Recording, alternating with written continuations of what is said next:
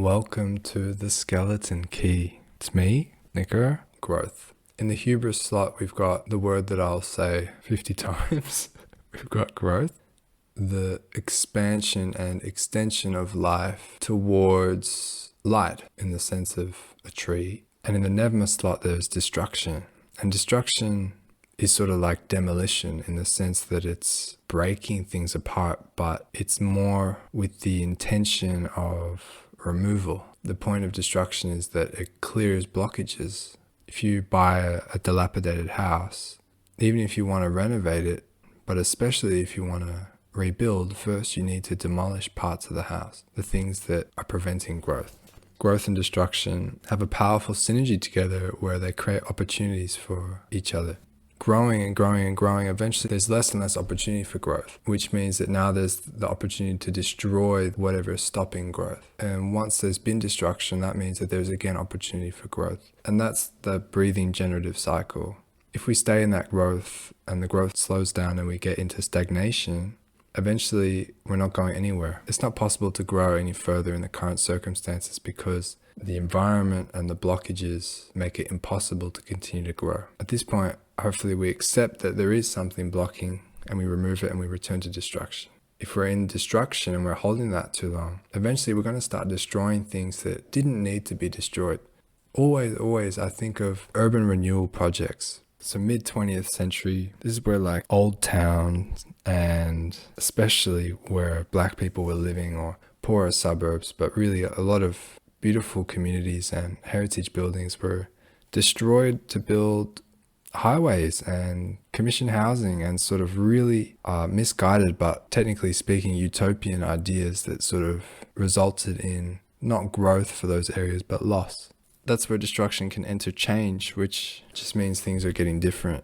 And to destroy too much and lose positive things just makes for change in life. And that change is like a whirlwind that sort of keeps tearing apart different things and destabilizing everything until eventually a direction is found for that change. If we can guide that instability towards an area where it can become opportunity again, where it can become some type of possibility, that applied change returns to growth. But if we're just changing and changing, or things are just staying the same, and we're going back and forth between those two, plus ça change, plus c'est la même. The more it changes, the more it's the same. And this is a very cynical French saying about how even in a revolution, in times of great political change, things somehow end up being almost exactly how they were before it started. And there's this really terrible cycle of things staying the same and ineffective or destructive changes being made that ultimately lead to some type of continuation of the status quo and a real impossibility to move towards something more positive. And that degenerative cycle is pretty bad, right? Yeah, it's pretty bad. So yeah, again, that change needs to either find a direction in order to become growth. There needs to be some type of vision again, or the stasis needs to accept that something is blocking growth and it will enter the destruction phase from where opportunity and growth can return. Now, I was curious to see how the skeleton key of love can really correlate with a lot of these things in an interesting way. So in the hubris position, we've got love, which is like when you see something about the object in yourself, when you can identify with it and celebrate it and really want the best for it. You know, to love is to extend something of the self into the other. And to fear is not to know, in the sense that one fears something that's strange, that's peculiar, that's unfamiliar. We fear we fear strangers. And this fear can be for unknown parts of us as much as unknown cultures or unknown people or anything. It's just something that's not familiar. So there's what we love, which we accept as a part of the self and celebrate, or what we fear, which seems to be apart from the self and not yet known. From that love state, when something new is introduced, if we're just automatically receiving it all the time and celebrating everything we come across, it becomes highly indiscriminate. And it leads to this sort of generalized acceptance where to love something doesn't really mean anything anymore, because really we're just sort of accepting everything at face value. We're not critical or suspicious of anyone or anything. And it's just this blind acceptance. And fear comes in when we can either start to have a wariness about whether everything is so deserving of love. Not that, in a universal sense, everything deserves love. But the point is something genuinely unfamiliar? Is it unknown? Is it separate from the self, apparently? If it seems that way, we can't automatically receive it into our love. First, we need to acknowledge its difference and its strangeness and the organic level of fear that comes with that.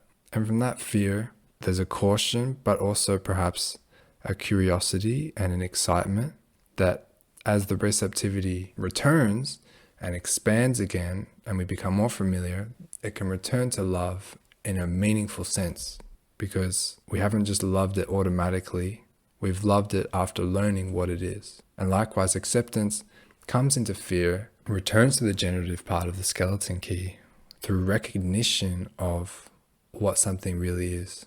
To say, oh, I've accepted this, but in actuality, I haven't known what it is. And now I'm starting to realize that it's peculiar and perhaps even threatening to me. And it's only through recognizing that we can come to really receive and love a person, a concept, anything. But if we stay in that fear state too long and don't come to realize our sameness and connection with the other, we come to view it as increasingly separate, and we no longer try and understand it, we vilify it. It's strange at first, and then it just becomes wrong and dangerous, and we start to hate. What I hate, I first did not know and then did not understand. And in this position of hatred where I've cut off communication from this concept and I'm no longer open to understanding it, the positive path forward, I've written forgiveness. But forgiveness, I understand forgiveness in the sense of forgiven, like it's given, like in turning something that's stolen or that's taken into a gift. I view forgiveness as a transmuting process where a sort of negative spiral of tit for tat or thievery or in some way wronging someone is interrupted and reversed by saying that thing that you stole from me is now a gift and I don't want retribution because I've given it to you. It's forgiveness. If someone hurts your feelings and creates a real upset in the mind and a provocation, say, I give you that state of mind. And it's a weird thing to say, isn't it? But what it really is just, you did not force this onto me, or you did not take away my peace of mind. I gave you my reaction. It's a given. It's forgiven. So that being said, when we've feared something for too long and we've come to hate it because we don't understand it, we need to see its perspective. We need to see why it did what it did. And perhaps we also need to forgive it. And that forgiveness turns hatred into love, turns a refusal to understand or a misunderstanding into a celebration and an acknowledgement of union, of common selfhood. What can happen, however, when we're in hate or acceptance for too long, is that instead of coming to recognize what they truly are as unknown and fearful, or instead of forgiving misunderstandings and coming to celebrate and love them, we simply tolerate it. So I don't understand you, but I'll accept you. Or I accept you, but I'm starting to resent you. And so tolerance waxes and wanes, and it's never really a reception or a celebration and a loving. It's more how much of this can you stand before it's too much? Then at which point it will return to hate.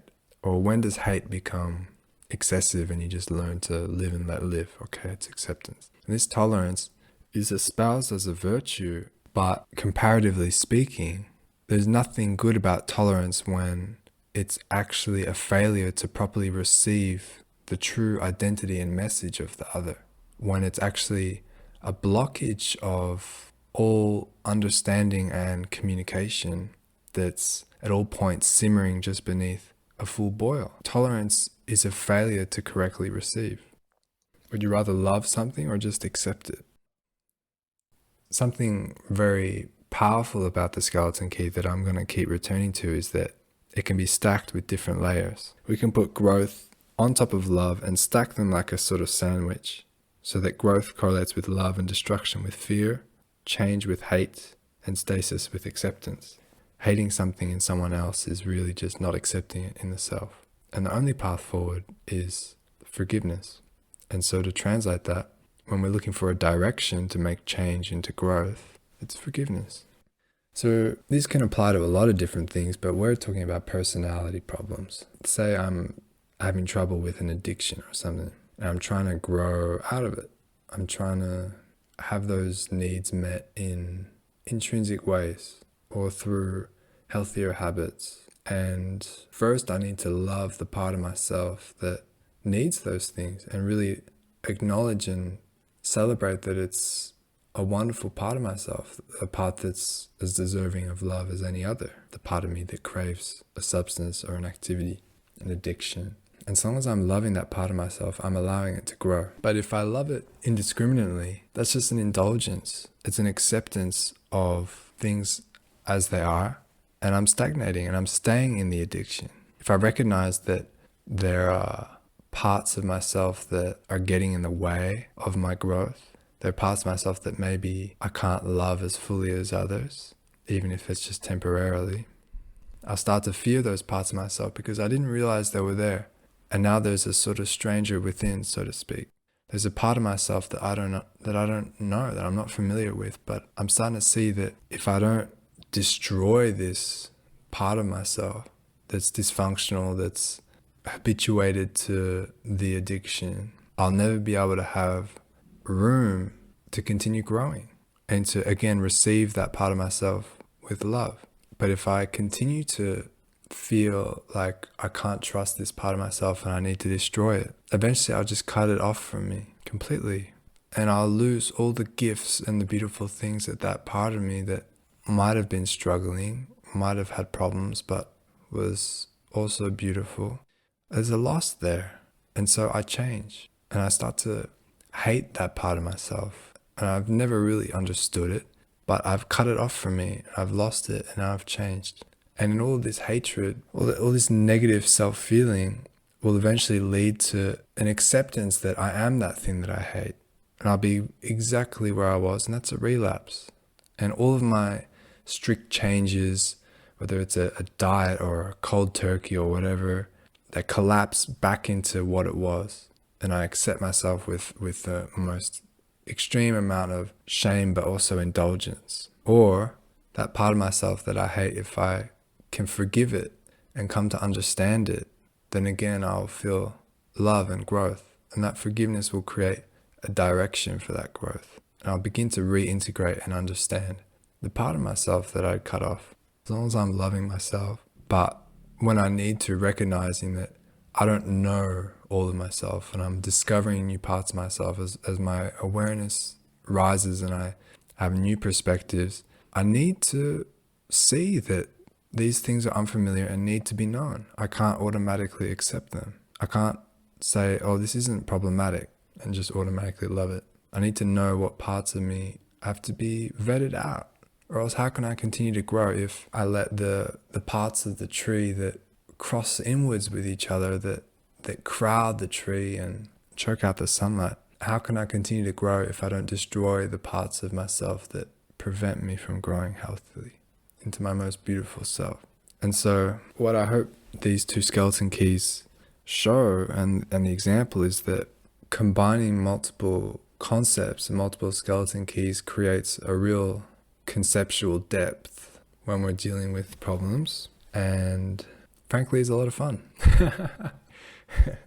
Yeah, so I hope this has been in any way helpful, and I know I make these videos so they're kind of quick to listen to, but yeah, feel free always to not just pause and take your time, but ask me about anything if anything's not clear, and I'm completely open to concepts or problems that you want to see me put into the skeleton key. More than open to that.